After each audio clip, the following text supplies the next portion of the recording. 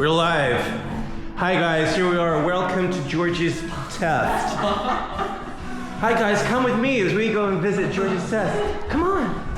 Oh, we're going.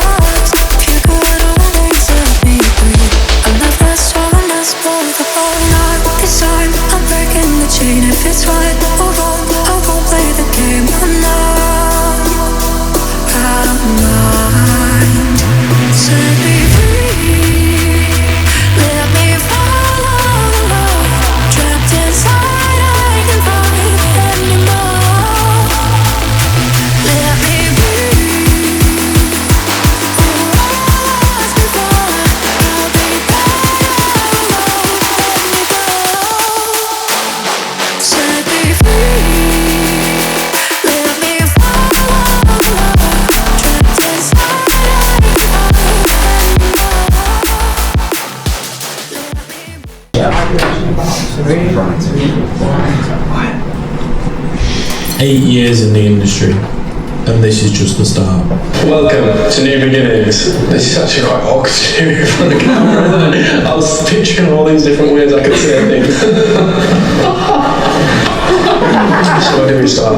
I guess the beginning. So I started my hairdressing career at 16 back in Leeds at a salon called, well at the time the salon was called Excess Hair. Now Excess Hair is where I was introduced into the whole hairdressing industry and plays such a big part in my life story and hairdressing journey. I really learned a lot about the industry for something that I didn't know anything about. So whilst I was working at Excess Hair, or now known as House of Excess, this is where I got my hairdressing qualifications.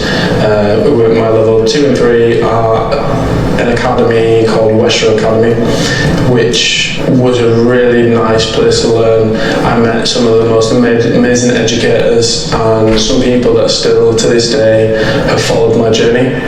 I became manager of the salon at 19 and I still felt a little bit lost. Something that's always been really important for me is learning textured hair, and one of the things I really was obsessed about was anything to do with texture, and whether that was curly hair or your type 4 hair, so any afros or anything like that, I was just obsessed. One of the reasons why I was just so obsessed with textured hair was I was always fascinated with my sister's hair, and she's got a really beautiful afro, and I think because we have such opposite hair types, whereas mine's so straight and hers is so curly, such a tight, like coily curl.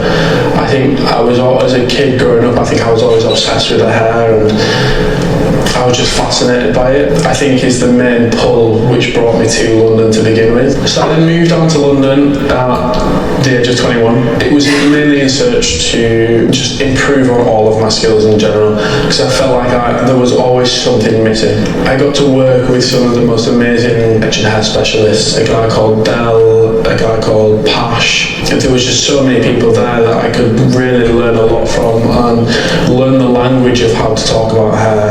And history as well, so you can understand a lot of the struggles that people have gone through. When I first moved down to London, the day after I moved down to London, I was on stage at Sal International for the first time.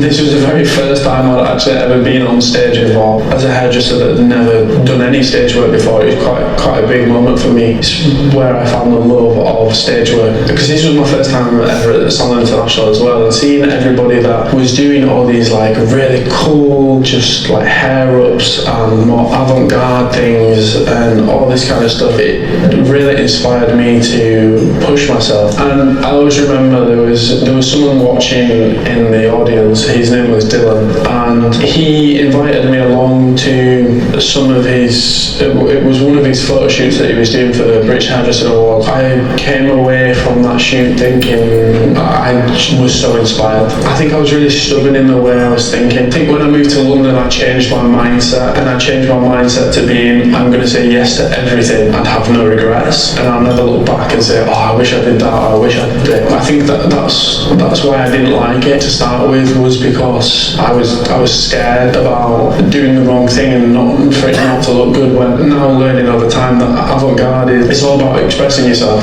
and it ultimately doesn't matter too much about what anyone else thinks about it. It's your story that you can tell through hair. It started coming in on my days off, because the salon that I worked at had an academy there. I was just doing more and more and more, because I always felt like there was just something that I wasn't quite getting. So around the time that I started creating more content on social media and just trying to do more in general, I got a message from an educator at Cloud9. Marie has always been someone that even when I was in Leeds, she was always pushing me to do the next best thing, and she was actually the one who pushed me to go on stage at Sal International to begin with. And then all of a sudden getting this email off of her saying, do I want to join the Cloud9 youth team? At a point in my career when I was starting to get a love for trying out photo shoots and trying out hair shows, I actually don't think it could have come at a better timing to start being brought along to see what it's like to do more of these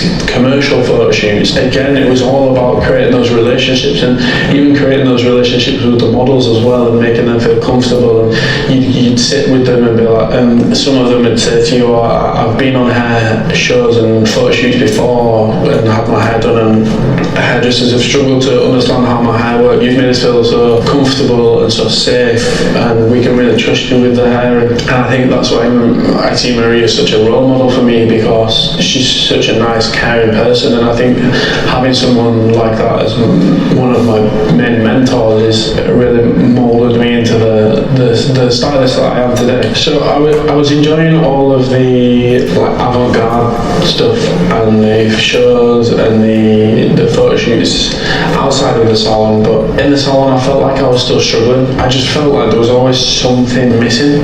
I knew at that point that I couldn't just go for any salon. I knew that I needed to go for one of the best salons that I possibly could. So I knew there was only one salon that I wanted to work for. So at this point I'd already been a stylist for about 6 years. So to come to Enna, what I'd have to do is take a step back from being a stylist and then continue on as an assistant. I was getting very frustrated with myself, and I was just going round and round in circles, and I took it upon myself to be like, right, okay, I'm going to stay back after work and just keep practicing. I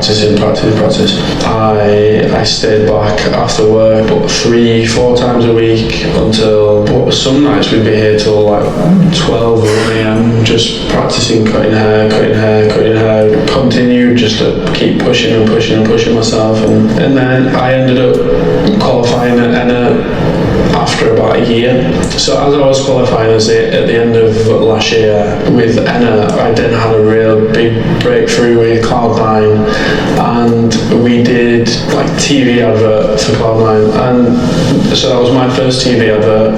I've only ever done more still shots, more like if you're doing any video, it's been more like the behind the scenes video rather than the video being the main concept of the entire shoot. And not to mention that it was going to be on TV and it was on Channel 4, but then I had, in the same month, it was like I had so many good things happen.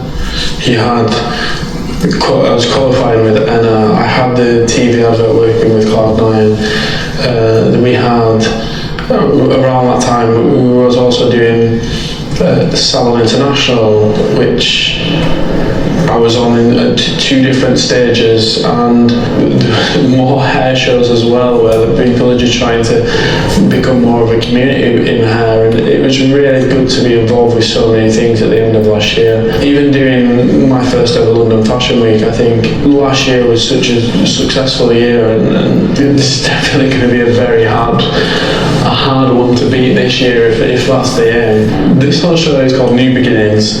The whole concept of this show is for me to have a fresh start. The reason why we've done it here in the Water Rats in King's Cross is last year I did an event here and I really liked the space. It's around this time that I had the fresh mindset and the new knowledge to bring me to where I am now. So I think this space is quite an important part of the journey that I came along.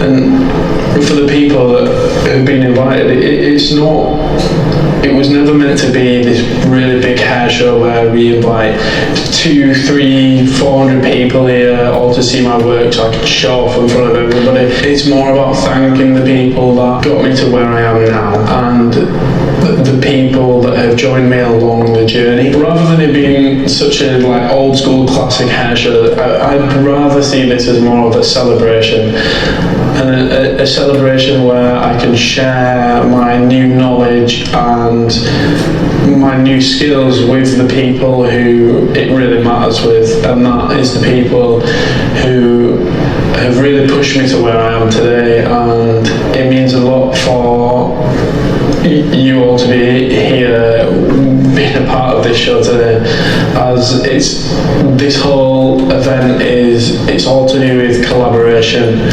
and I really wanted to step away from the conventional hair shows with this event, and I wanted it to be seen as teamwork, and how we have so many different people working on this apart from me that not everyone will see, because a lot of it's more behind the scenes, but it's all a celebration of what everyone can do when we all can come together and collaborate on one event, which, lucky for me, just so happens to be my hair show.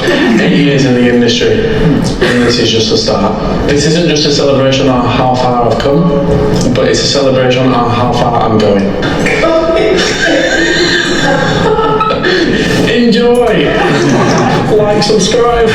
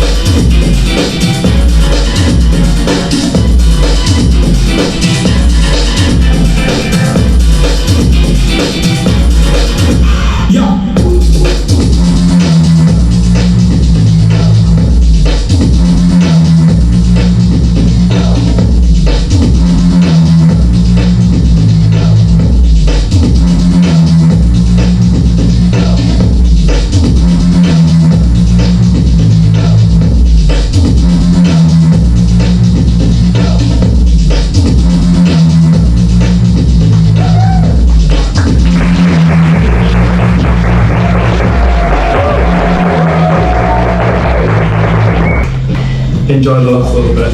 I did make this bit, so everyone like it, please.